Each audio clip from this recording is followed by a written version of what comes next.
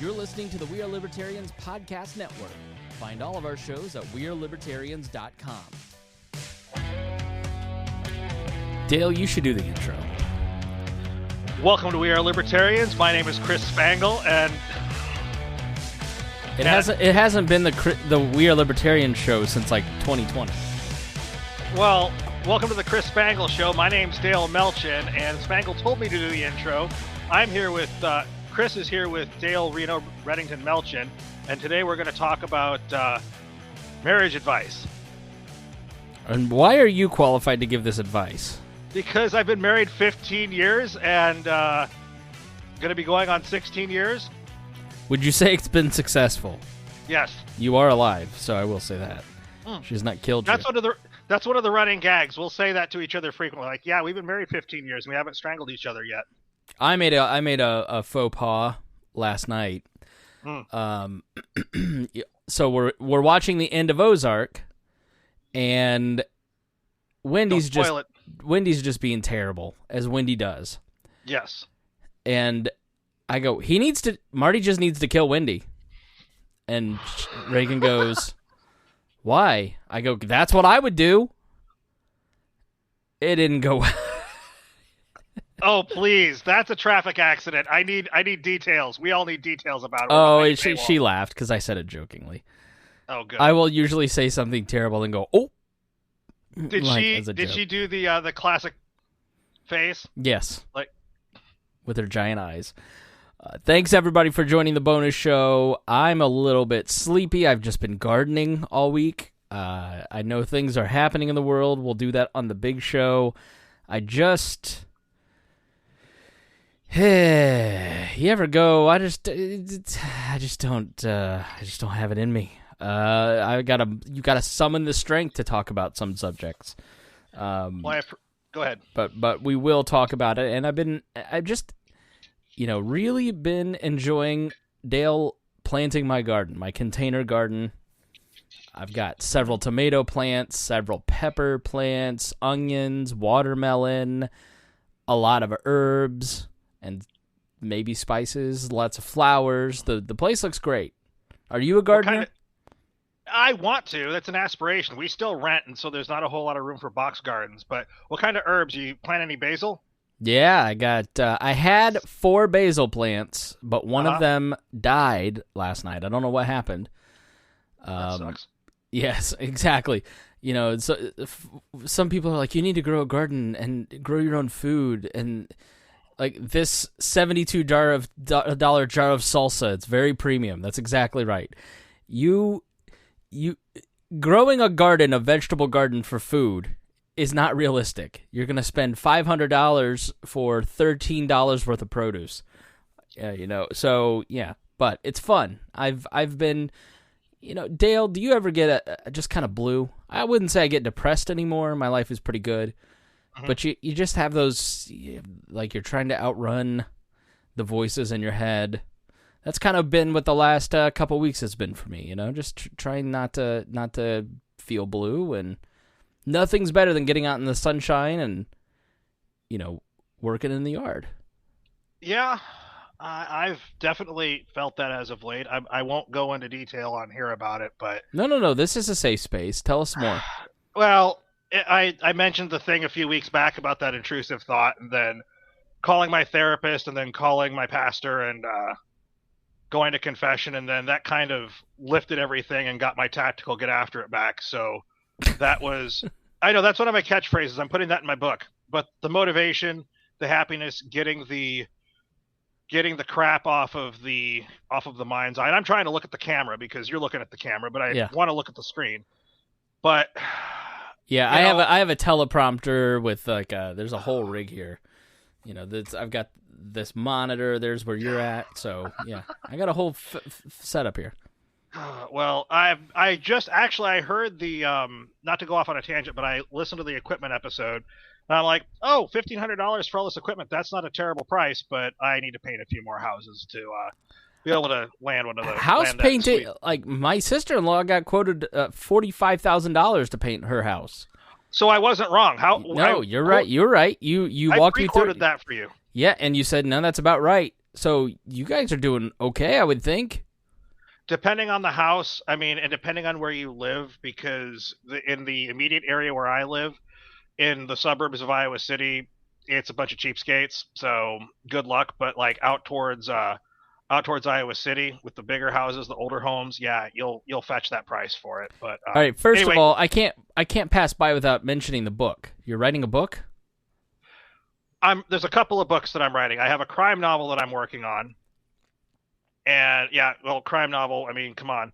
And the other book, it's going to be a book that What do you mean, come on? I'm wearing a three-piece suit and a vest and I wear a fedora. I look like a gangster. But that doesn't mean you're a criminal. Not a criminal, but just I respect the game. I like the outfits, but I'm not a criminal. It's a crime novel about some fictional criminals that do bad things for good reasons. Like what? The book is still in its infancy. I mean, it's a reflection on having to do whatever it takes to survive, that sort of thing. It's not a biography. It's just something that's come out of my own head from watching The Blacklist and Quantico and, reading and learning about the criminal underworld. I'm hopefully not going to have a situation like Paramount did where like, you ain't publishing that book, but that's you are, as long as you're not writing in the names Reno Reddington and like using characters from those copyrighted shows, you should be okay. No, I'm not. I'm making up my own characters. I mean, that was a reference. Steno Deddington and his buddy. No, I'm not going to get into characters. That's one project that I'm working on. But the other book that I'm working on, it's going to be having to do with because you've pushed me into life coaching, Chris. So, which I don't know how I feel about this. Because I said it jokingly, now you're seriously going to become a life coach, aren't you? Well, I'm going to make the attempt.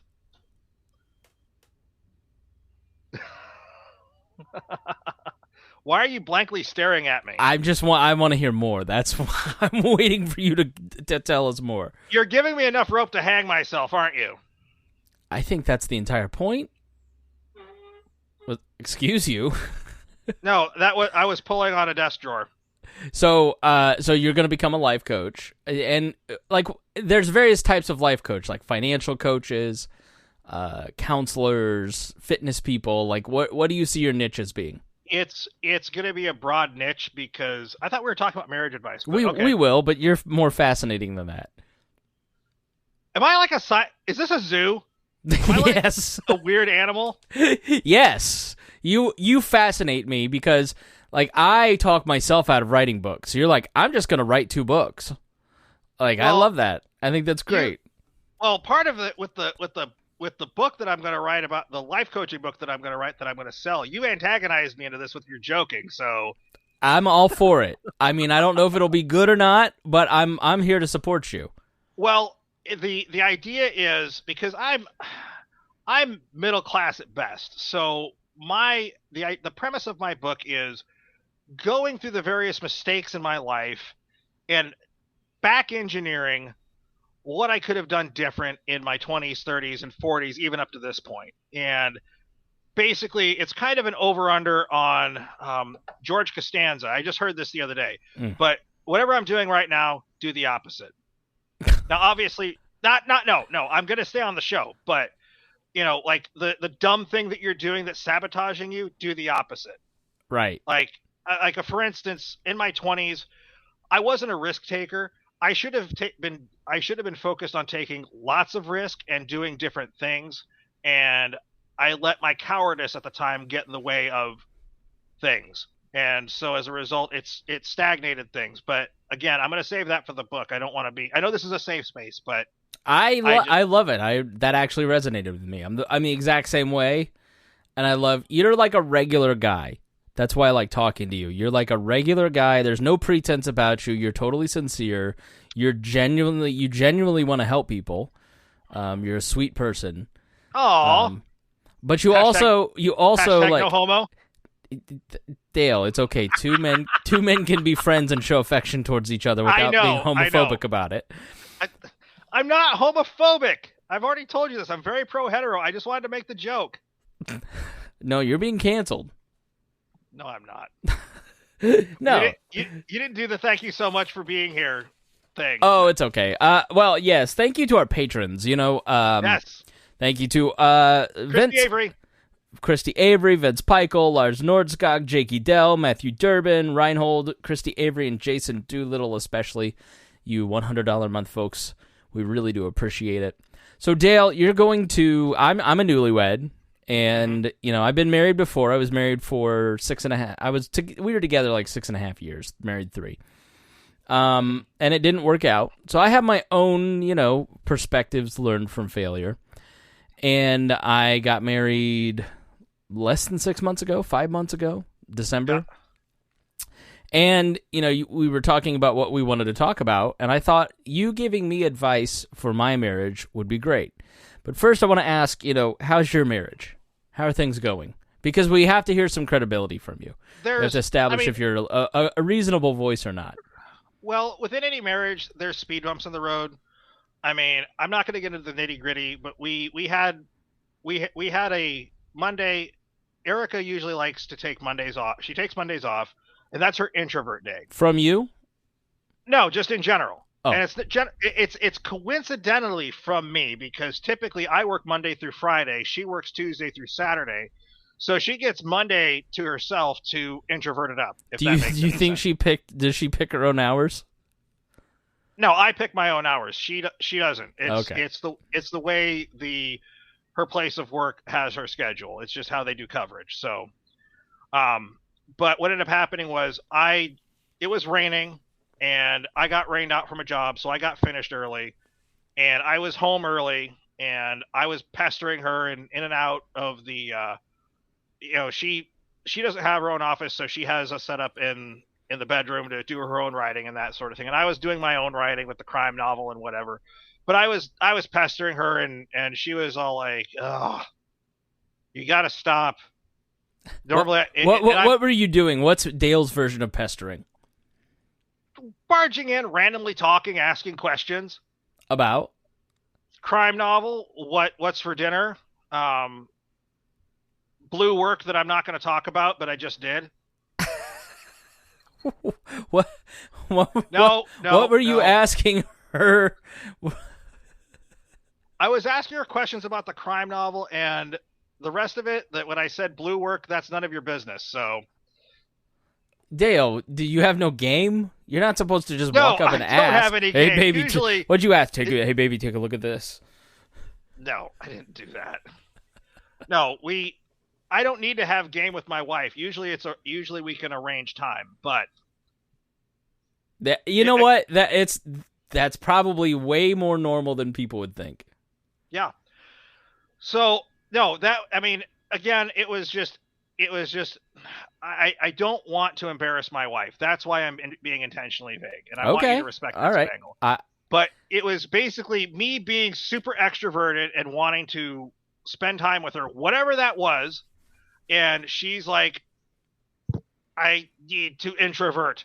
That's exactly, you know what? That's exactly like my wife. I'm like, I just need some time alone. And she's like, hi. And the 3-year-old's the exact same way. Hi. And I'm like, ugh. So well, I get her.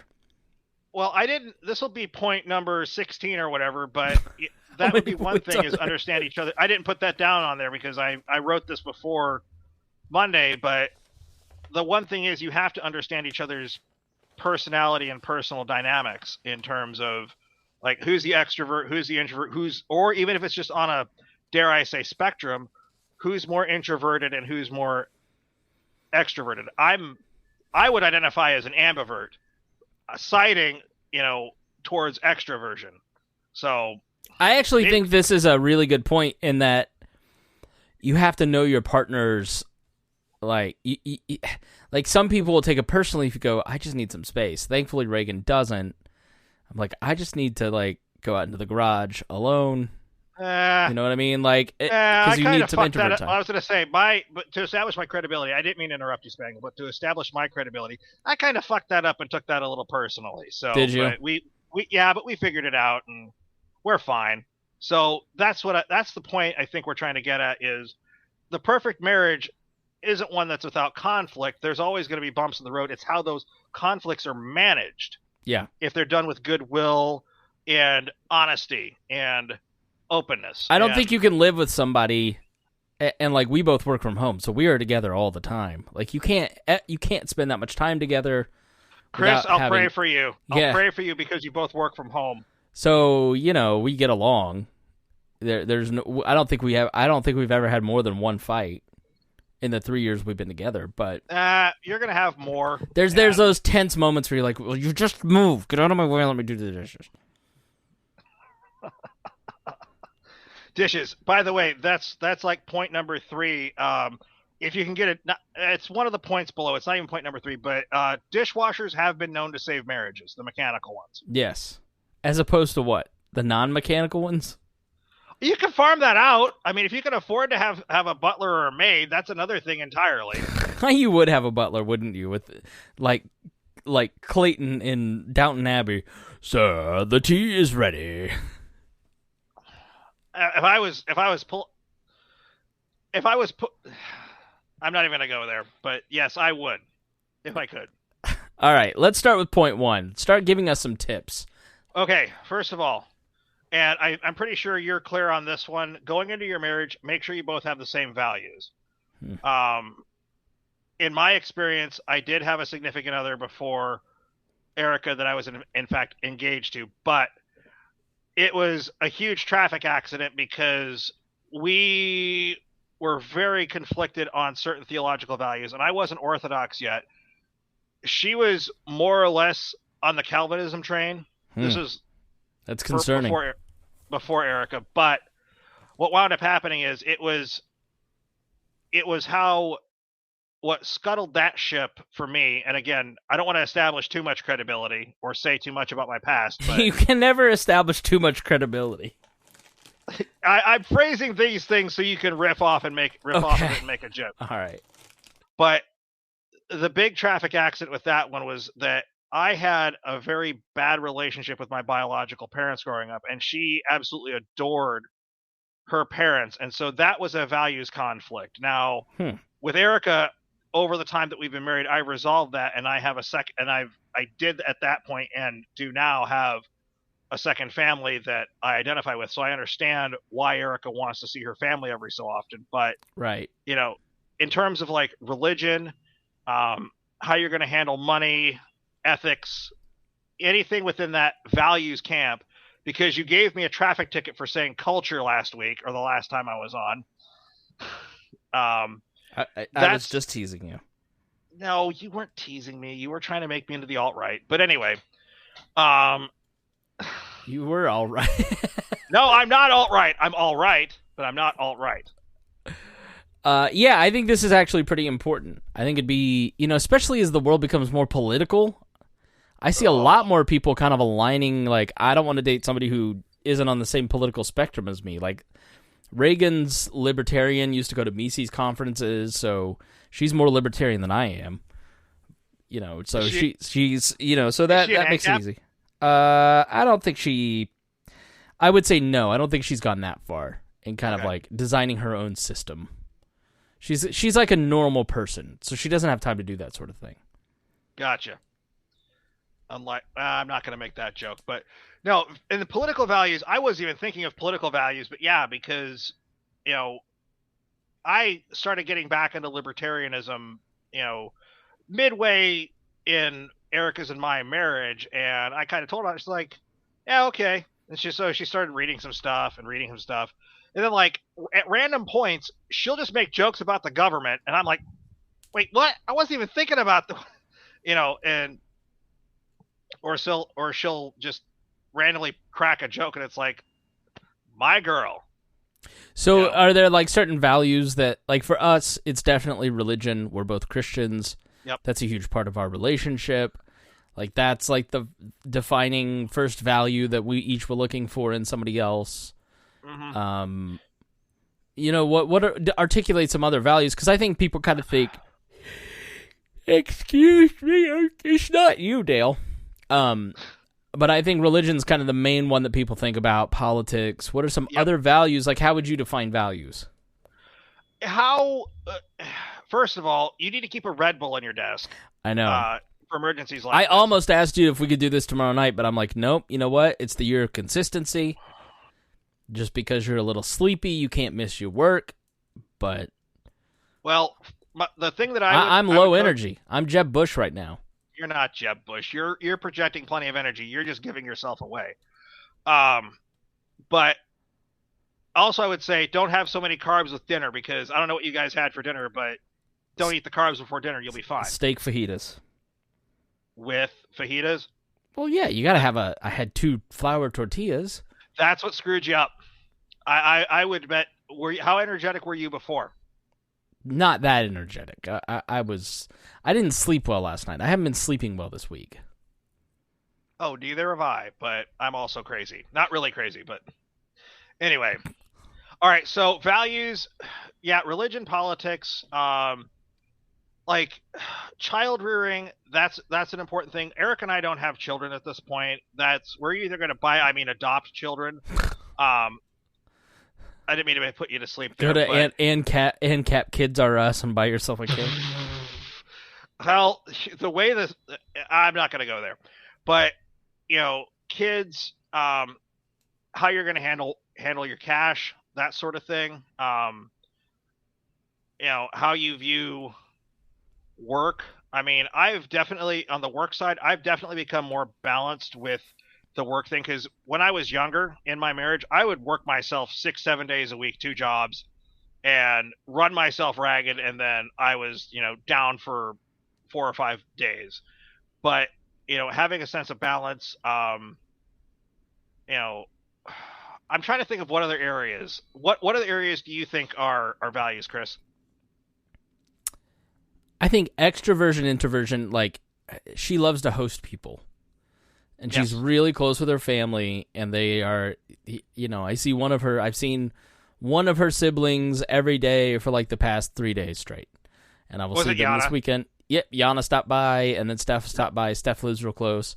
And I really like them, and I enjoy them. So it's not like it's a hardship. But I think, like, if you didn't want people coming around all the time, like, she's very into entertaining. She loves hosting. That was one thing that I'm not that way necessarily. Oh my gosh. You should rename this episode Dale Extroverts and Chris Yawns. Yeah. I may be draining your battery by accident. I'm sorry for that, man. I'm trying to build life into you. But anyway, I think with the extroversion, introversion thing, that's a matter of scheduling. I'm being serious, because with us, the main social event of the week for Eric and I is going to church. And because I'm constantly interacting with my customers, I'll go to networking events sometimes, and her main social interaction is again, introversion. We have a few group chats that we're both involved in, and the coworkers she interacts with, and depending on how anxious one of her fellow coworkers is, she can come home with her battery drained, or she's kind of in the middle. But I think with you specifically, because of the fact that Reagan likes to host people and have people over, you need to negotiate a schedule that works for both of you. Yeah. If that makes sense. And I will say, like, just not feeling it this week. Well, you need to, I want to dig into this. I want to get to the other stuff, but how often does she want to host things? Like once a week, like twice a week? She doesn't think of it like scheduling. It's more like, oh, let's have them over. Oh, they said they want to stop by. That she has a big network of people, not just her family but friends that come by a lot. Well, that's where I think that's an area where you and her could collaborate a little bit better, because I identified as an ambivert earlier. I go between. I'm in the middle of technical and creative. So what that means is, I can, create, be extroverted, and do all of the things. And even my ideal would be like, let's have people over at least once a week on a Friday, have a big party.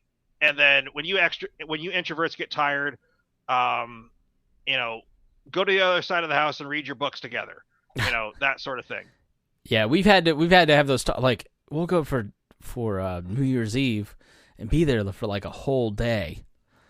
And just at a certain point, it becomes physically painful for me. So I'm like, I just need to go like get lost in my phone for a little bit. Well, the thing of it is, smoking helps with this sort of thing, Chris. I'm not trying to encourage you to take up tobacco, but Aha! that's an excuse to get away. All right. Well, we don't have a ton of time, so let's do number 2. We're gonna have to make this, I think, a mini-parter series here. Well, number 2, continue dating your spouse after marriage and make room for nocturnal activities on evenings and weekends. I'm putting this politely because Spangle told me not to work blue, but that pretty much is just what it says. You need to make time for each other to date each other away from the kid or kids and be able to talk. And that actually, for more establishing of credibility, I do have some examples down below in terms of like what we end up doing. We will take Sunday afternoon after church. We'll have lunch. We'll drink a little bit, and then we just talk about what's ever on each other's minds. She's also a writer, so she'll bounce ideas off of me. I will bounce some of my work that I'm doing off of her, and we'll just talk about whatever's on each other's minds, and it's wonderful. Now is the point to get laid? That there's an over-under that either happens before or after, but it's not the point of getting laid. I'm not running game. I don't usually have to run game with her. We usually plan this sort of thing. That's very technical. But you're a well-dressed man. You're wearing the hat. Put on the hat for the people. Like, hang on. Are you really going to wrap this up after 30 minutes? Yes. I thought it was going to be an hour. I scheduled an hour for this, Spangle. I just want to see you in the hat. See, there, y'all happy? Look, you're handsome. There's just no, passionate moments. You walk by in that hat and she just doesn't go swoon. What's that? She doesn't swoon when you walk by in that hat. Oh, she does always, but that's a point of one of my bits because she's younger than I am. So, how much younger? She's 35 and I'm 41. Holy roughly 7 years apart. All right, that's not bad. Yeah, I think it's so easy when you live with somebody to lose touch with like the person, because when you're dating, you're like talk about all your hopes and dreams and every thought, and you're so excited to see them. But then when you're married, you see each other all day, every day. You're up on each other. It's not like you haven't talked in a couple days, so it's easy to kind of like let that surfacey stuff just fill in as like connection when it's not the same thing. No, it isn't. And yeah, just so anybody who's like, we were joking about the life coach thing. Yeah, I'm the whiskey swilling, tobacco smoking. I was going to say, coach. You can't be a life coach and smoke cigarettes. Yes, I can. No, you can't. You can't. Yes, I You can. cannot coach people's lives if you smoke. I just want to advise them on the smoking thing. But that's a fundamentally poor decision, Dale. Go exercise. I do. No, not you. Oh. I mean, anybody, but it's just like, I won't be smoking during coaching sessions, and I am actually going to try to quit. So good. That's just been a rough one for me. I do roughly 8 hours a day. I do quit because I, either chew the nicotine gum that you yelled at me about last time, or I stick a nicotine pouch in my lip. But what is it like when you smoke? What does it do for you? Like, does it calm you down? Does it get you buzzed? What is it? What's that feeling? It's all of the above, because there's the hand motion, there's the nicotine hit, and like if I've been off of nicotine for an extended period of time, yeah, there is a buzz, but mainly right now, honestly, building credibility, I guess, it's mood maintenance, because if I'm without nicotine for several hours, I do get cranky, and I realize that's a thing. But yeah, it's basically mood maintenance, or like I said, with the nicotine pouches.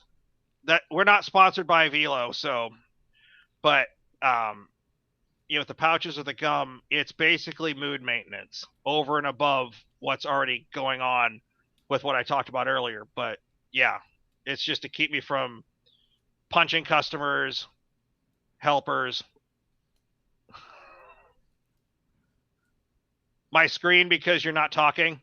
You can't punch customers and be a life coach. I'm joking about that. Okay. Come on. Okay. All right. So what does what does a date what does Go a ahead. date look like for you and your wife? An actual date. We'll do the blue work before because Oh my God. there's. Well, no, you asked me, so whatever. And then Wait, what's the point of going on a date? Like, the whole point is you go out and it's romantic, and then you it's like part of the foreplay. You do all the work before. That doesn't make any sense to me. Why? It makes perfect sense because partly because of the age difference and because they'll when we go out. Well, the other factor is you'll get tired. No, the other factor is we do like to drink when we go out, and so alcohol affects that activity. So not if you drink it in moderation, Dale. We both drink in moderation.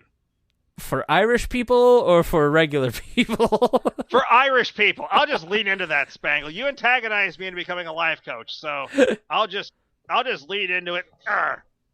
That was supposed to... Wait, was that the correct shoulder? Yeah, okay. So that's so funny to me. I've never heard anybody that does it that way. It's our way, and it's different. It's going to be different for everybody. Once I get free of the cigarettes, there may be a different tack, but it's just pleasure, work up an appetite, then go eat. Right. That's another aspect to it. You have drawn, you know what? I need to disinvite Johnny Walker to these sessions because you've drawn more out of me than what's on the script. I'm the Barbara Walters of bonus episodes. That's all I can say. Barbara Walters. Was that in the writer's room? Was that Barbara Walters and George W. Bush talking, that picture that was in there? No, that was Helen Thomas. So Pluto, I know you love Pluto TV. Stargate. Like I do. Andy Griffith, and it's got Duck Dynasty, and that's 90% of what I watch anymore. You're such a conservative, Spangle. I love Duck Dynasty. I listen to the podcasts. I listen to the podcasts all day. They're two shows. And Andy Griffith, Andy Griffith's one of those things you can have on the background that's like kind of like soothing sounding, and it's not offensive, and it doesn't get you worked up, and there's a couple of laughs at Barney. And then when the color episodes are on, I watch Duck Dynasty. Yep. Why don't you like the color episodes? Because they're not good. Like the writing staff was replaced. Barney wanted to go and do movies, and then they replaced the whole writing staff at that point. And so it just becomes like it's not the zany setups. Like you can't, if you think of the iconic episodes, none of them are in the color. It just became sort of more of a slice of life TV show as opposed to like Otis getting drunk and Barney accidentally, Otis shooting himself. Otis goes to jail at Aunt B's, and then Barney lets the prisoners escape because he tries to reform them with, metalworking sets, and they escape. It just, or the haunted house with a goat with dynamite.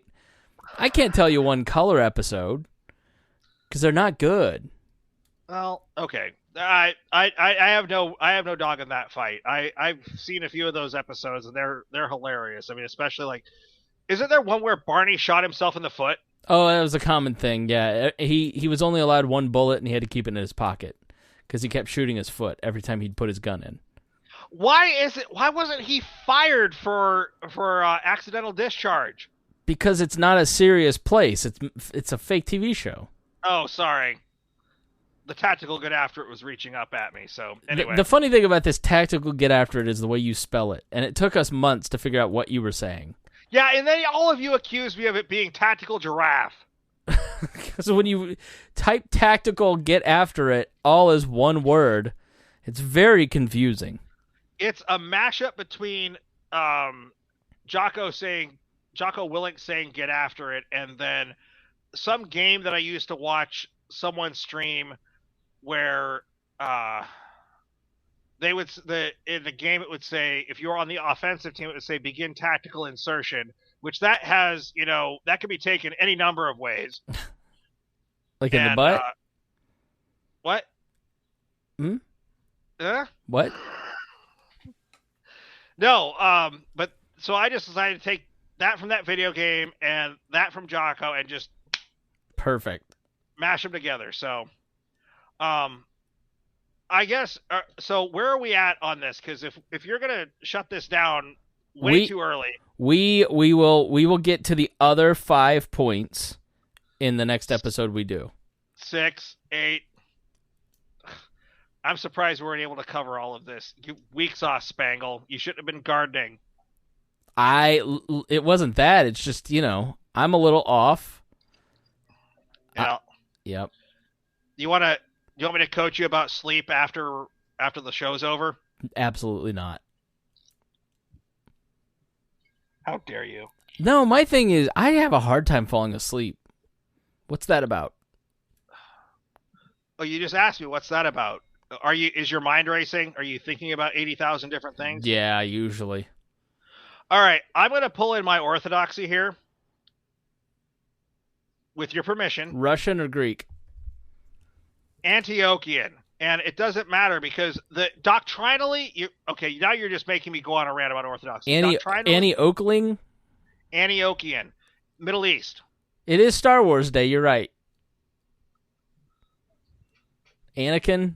Orthodox? No, Antiochian, the city of Antioch in Syria. Oh, okay. One of the. Oh my gosh!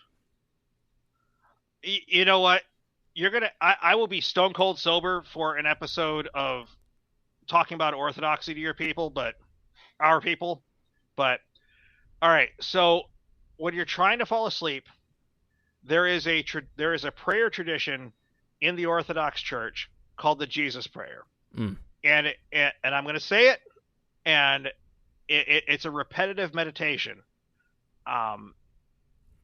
Lord Jesus Christ, Son of God, have mercy on me, the sinner. And you say that in your mind over and over again. What was it? Lord Jesus Christ, Son of God, have mercy on me, the sinner. Okay, no, I did not just make you fall asleep, Spangle. Spangle. What? No, I did not do magic on you. I did not orthodox you just now. So I really do. You know what's funny? I really do think of Orthodox people like Harry Potter. You might as well be Harry Potter because I have no idea what you people think. If it's not on Moody Bible Radio, I don't know what it is. Well, I made a bad call with Remzo and tried to do a podcast about orthodoxy with him at one point, but why was it a bad call? I had been drinking that afternoon, oh. And he named it A Drunk History of Orthodoxy. So. But, no, what I'm getting at is if you use that as a meditative prayer, it combines both the mercy of God and a person's place in the universe as what they are, but it also brings about mercy, and in my own experience, it's brought about peace. I'll say it when I'm trying to get to sleep, and it's not a guarantee, obviously, but it helps, or before going up to communion, that sort of thing. I mean, are we going to turn this into an orthodoxy podcast? Eventually, I'd love to do one on it. Well, I'll make sure to be hyper caffeinated and stone cold sober. A non-drunk history of Orthodox would be great. Well, let's do it. I mean, well, maybe. No, I'm not even going to put whiskey in the coffee. I'll be stone cold. You might have a problem, dude. I'm working on it. I will say that. Yeah. Actually. All right, Dale. Well, maybe here in a couple weeks we can get some tactical get after it, and well, I don't know if you're just doing these podcasts to make a fool out of me. No, I genuinely like you. I think you're fun. I don't think you make a fool out of yourself. I think you're like a very funny person. Somewhat, sometimes intentionally, sometimes not. Well, that's the thing, because I have several premises that I'm working on, because not only with life coaching, I am thinking about trying to do 5 minutes of stand up at some point. Do I'm it. not trying to drag it out, but I'm not going to do the bits here, but I've got several premises that I'm working on. Some of them are about church culture. Some of them are about just like random things. Actually, I'll pull one premise up for you. Okay. Let me see it here. You're surprisingly awake now, Spangle. Are you actually awake? Can we continue with the marriage coaching? No, it's 45 minutes is my target for these shows. I thought it was an hour. I scheduled you for an hour. What are you, my doctor? No, I'm not your doctor. Fuck. I can't find it. That's okay. Don't worry about it. No. Hang on. All right. Here's one. And I know Protestants don't have a tradition of confession, but here is one that's actually funny. The drive-through confessional. We have our priest will allow us to do confession right before the liturgy, right before church, so we can take communion. But I call it the drive-through confessional because you can both do the confession right before the divine liturgy, or you can schedule an appointment with him.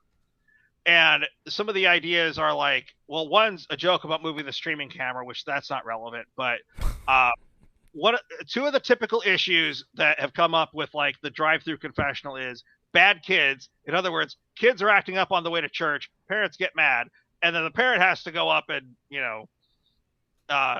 do you have to do right. confessional in front of the whole church? It's not like out loud in front of everybody. It's done in. Now I've intrigued you, and you want to drag this out. Yeah. But there's no mic. There's nothing. You are in the sanctuary because we're not Catholic. We don't have an actual confessional, but you're in front of the icon of Christ, and the choir is singing loudly to cover everybody, and you're basically the priest. You're whispering to the priest and talking about whatever you have to talk about. Yeah, they know you're going up, but they don't know what for. And the seal of confession, the priest can't talk about it unless you're going to commit a crime or have committed a crime. And I have not been reported to the police, just to be clear.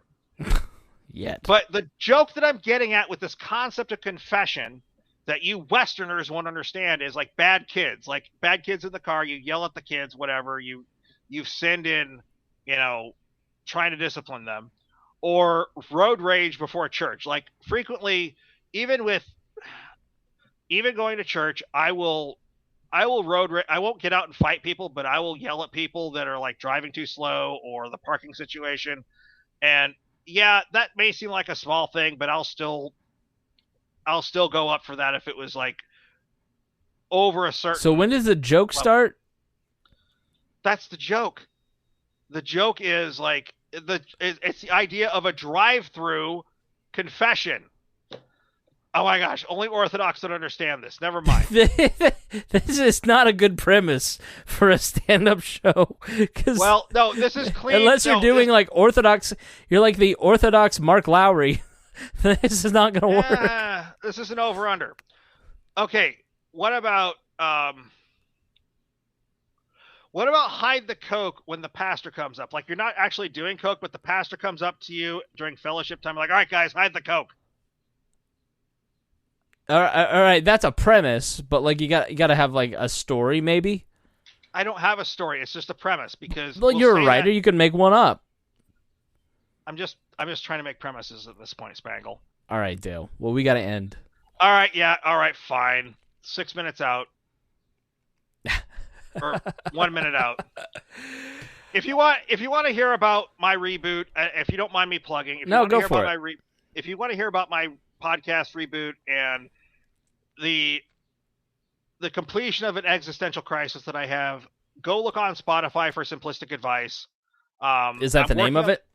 That's the name of the podcast. If you see the man in the hat, you'll see this.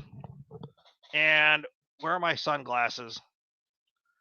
And I the only reason why I'm keeping this on over this is so I can do that. But you'll see that in front of a white SUV, except I'm not wearing my headphones, obviously. And and I share some very deep things right off the bat, and I kind of lay the land of what I want to do with the show and the life coaching practice because, like I said, I know Spangle said it as a joke, but I'm completely serious about it. Sorry, I muted myself. No, I will listen in. You know, when we do these, you have a lot of actual good advice and serious things, and then you put a hat on over your headphones with your glasses, and it makes me laugh. That's the point. That's the point. That's one of my other premises is using humor to try to combat sin in your life. You have to be able to laugh at yourself. Even when you, pardon my French, fuck up in the worst way, you have to be able to laugh at it so you don't fall into despair. All right. You're going to make me go into a sermon, so I'll let you cut it off and end the show. All right, everybody. Thanks so much. Thank you, Dale. We would appreciate it. We'll see Dale here in the next couple weeks and continue the conversation. All right, everybody. Thanks so much. We really do appreciate it, and we'll talk to you soon.